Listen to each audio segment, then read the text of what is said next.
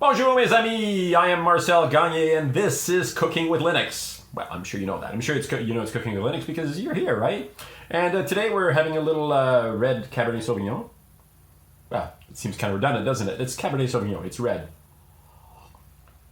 Specifically in this case, it's a Santa Carolina Cabernet Sauvignon, Santa Carolina Reserva. It's a lovely wine, I suggest you give it a try. Hey, today we're going to play with Lego. And, no, seriously, we're going to play with Lego, sort of, kind of, a bit, maybe, you'll see. And we're also going to take this brand spanking new Acer notebook. It's really pretty, it's red. And we're going to install Linux on this thing. Now, this thing comes pre-installed with Windows 10, and of course we have to deal with secure boot, which is, a little tiny problem in and of itself, but that's what we're going to do. We're going to deal with secure boot, we're going to play with Lego, we're going to install Kubuntu 16.10, and we're going to drink some red Cabernet Sauvignon.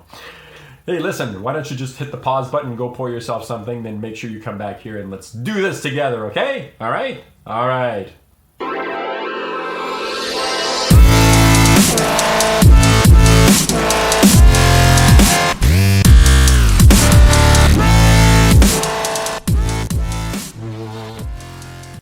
This is the new notebook on which I plan on installing Linux, and my plan, such as it is at the moment, is to install it alongside the Windows partition that's sitting in here. But to be able to do that, I've got to deal with secure boot, which is a bit of a pain in the butt, but this is how we deal with it. This is, as I said, an Acer, and what I did was I powered it on and I hit the F2 key to go into the BIOS settings. Actually, as soon as I saw the Acer logo, I hit the F2 keys, over and over and over and over again so that I knew it wouldn't miss. And now we're sitting in the BIOS screen. So the next thing I'm going to do is I'm going to go over here and I'm going to go over to where it says security. And the most important thing to be able to do anything else here is I have to set a password. Otherwise, I can't do anything about secure boot. So I'm going to put in a password, and my password in this case is going to be in, let me see, and then I'm going to hit enter, and I'm going to put in my password again, and I'm going to hit enter again. So my changes have been saved, and now I can tab over here to where it says boot and see where it says secure boot enabled. You see that? What I'm going to do is I'm going to hit enter, and I'm going to say disabled. So I have just disabled secure boot. So you have to put a password on it. Now if I want, I can go over there and I can remove the password if I want. But really, at this point, I've disabled secure boot, and if we want, we can just hit, we can just go over here to where it says exit, and I can exit saving changes, and we can reboot with secure boot disabled. Go, save configuration. Oh, that's a tough word. Save configuration changes and exit now.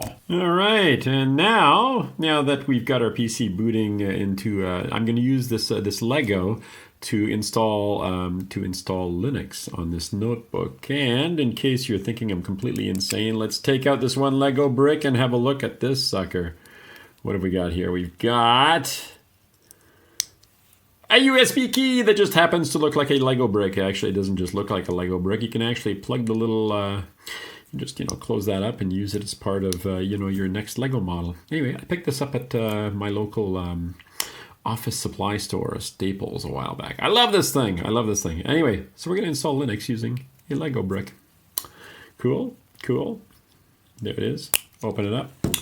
And let's go. All right, now that you're looking at my desktop, you can no longer see the things outside my desktop. Actually, the USB key is actually loaded, or it's plugged in at the moment. You can tell, there it is, 29.8 gigabyte removable media.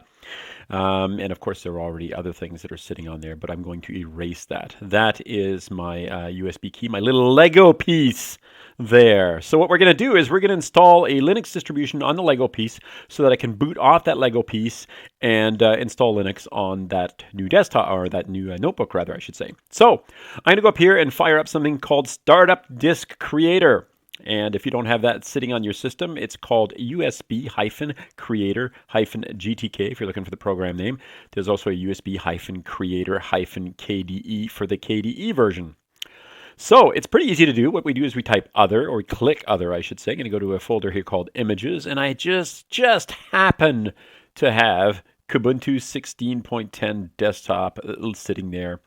I'm going to say open, and then I'm going to click Make Startup Disk. And believe it or not, There's not much more to it than that, other than the fact that I'm about to erase everything on that USB key, but that's fine. I'm cool with that. So I'm going to say yes, writing disk image, 60% complete. This is one of those things where, you get to 60% really, really, really fast, and it actually takes a little longer to get to the other end.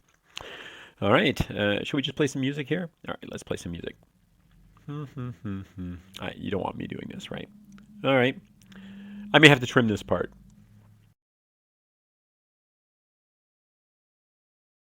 All right, now it says we are finishing. You can look at the clock there, 2:34. It didn't take that long. I'll let you do the math from when I did a little jump cut there to what's happening. Writing disk image, finishing. Oh, this is very exciting, very exciting. Installation is complete. You may now run Ubuntu on other computers by booting them with this drive inserted. All right, cool. All right, now at this point, you're probably a little bit surprised to see this screen because you thought, hey, he's just going to plug the USB key into the other PC and just boot that sucker. Except, I want to show you something first, all right? This is the images folder or directory where I have my ISO file. And if I do an ls, you'll see that this is a Kubuntu 16.10 ISO image, all right? That could be burnt onto a DVD, or in the case of my notebook over there, which doesn't have a DVD, we're going to use the USB key, rather. All right, now if we take a look at do an ls-l, you're going to see that the file is kind of biggish. It's about 1.6 gig. Now let's jump over here, and I'm going to do this little command here, dmesg, and I'm going to pipe that to tail, and you can see that I just plugged in my USB key. It's SDB. That's the special device name for the USB key. Now I show you that because we're going to do a little bit of command line work here. It goes like this.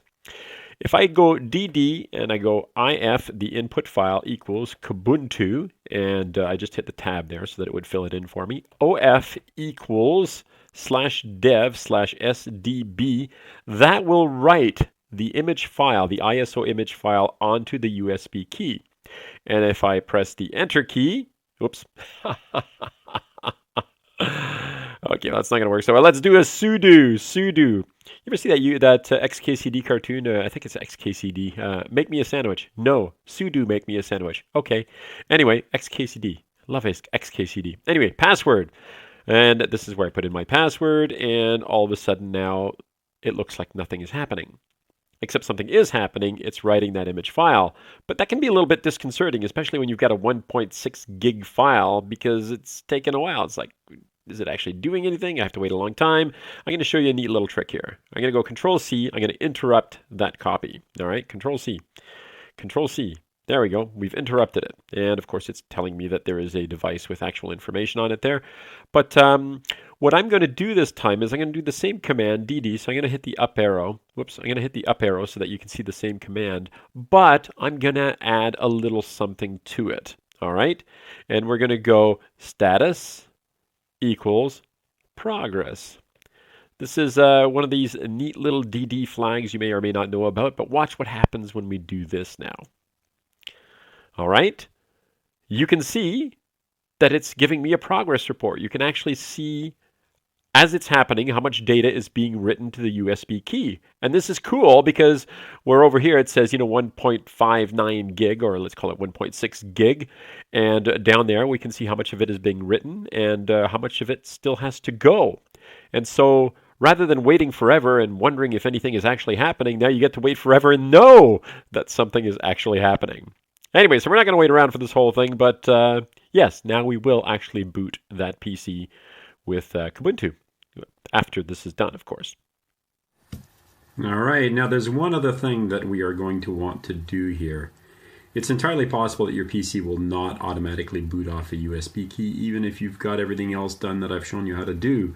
So what you're going to want to do is in the main here, or, and again, your BIOS, or your EHFI, depending on the version that you're working with, is going to look a little bit different. You are going to want to go down here to where it says F12 boot menu enabled. In other words, you want it in such a way that if you hit the F12 key when the Acer logo shows up, or in the case of my Acer here, you will have the opportunity to select an alternate boot device, in this case the USB key.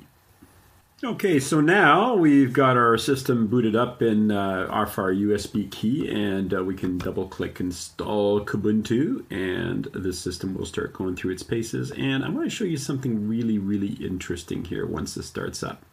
I'm not going to go through the whole installation procedure because we've done that before, okay? However, I am going to show you something interesting. I'm going to hit continue. There we go. All right. Check this out here. Now, I've already connected to my wireless here, so that's why you didn't see the step that said connect to your wireless network. But check out what we've got up here. Download updates while installing Ubuntu. Always nice. Install third-party software. Yes, you want to do that. And check this out. Turn off secure boot. Now, some Linux distributions, Canonical / Ubuntu / Kubuntu, decided to pay the piper so that they could have access to the secure boot code and be able to, do with it as they please. That's not true of every Linux distribution. So what I showed you about turning off secure boot is still going to be useful depending on what you're doing. But in the case of something like Kubuntu, a major distribution like Kubuntu, or for that matter, Red Hat and probably Fedora, given that Red Hat and Fedora are basically, one and the same, you can just click here, turn off secure boot, enter a password as you want here, confirm that password, and you're good to go. You don't have to worry about secure boot. Again, that's if you're dealing with one of the more popular distributions. All right, so at some point here, you're going to start getting the idea that a part of this is all about options, okay? So we've seen the one where I tell you to turn off secure boot. We've seen the one where I tell you to just let Kubuntu or, the distribution turn off secure boot for you. Here's another thing you might want to do, especially if you're trying to do a dual boot sort of thing. And it's this. If you take a look on this screen, this is the security screen of the UEFI setup. If you take a look here, you will notice that there is something that says select a UEFI file as trusted for executing. All right, so let's do that. We're going to hit enter. We're going to hit enter again. That's our HED EFI. And take a look. Now we've got Ubuntu installed alongside Microsoft, right? So let's do Ubuntu, and then I'm going to go down here and I'm going to pick the grub x64 EFI file. And then down here, we're going to give it a name. And in this case, I'm just going to call it Kubuntu. Assuming, of course, I can spell Kubuntu while holding the phone with the other hand. And then at that point, we just say yes. And we will and then we'll hit the F10 on, after we hit yes, we're going to hit F10 and save these settings and reboot the system. And now the system comes back to life, and what do we have? We have our Kubuntu grub boot screen, because now that is an accepted UEFI file. Even under secure boot, it's legit, and the system will boot Kubuntu using the UEFI file. There we go. And isn't that lovely? And that's where we're going to stop it for today. Okay, so this is the wrap up, and there we go, Super Tux. Yes, we're going to play a little bit of Super Tux now, somewhere on the shores of Antarctica. Hello, Penny. Hello. Hello.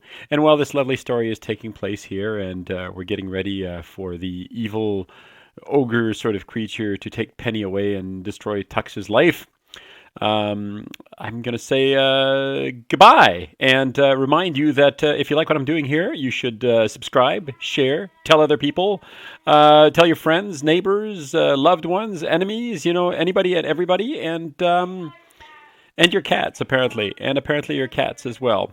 And birds and guinea pigs, and that's my son helping me out in the background there. And birds and guinea pigs, and oh, there we go. Where are you, Penny? Where are you, Penny? Oh, yes, that's right. So subscribe, share with other people, leave nice comments, all that sort of stuff.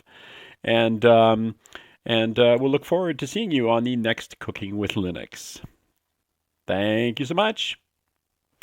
Welcome to Antarctica.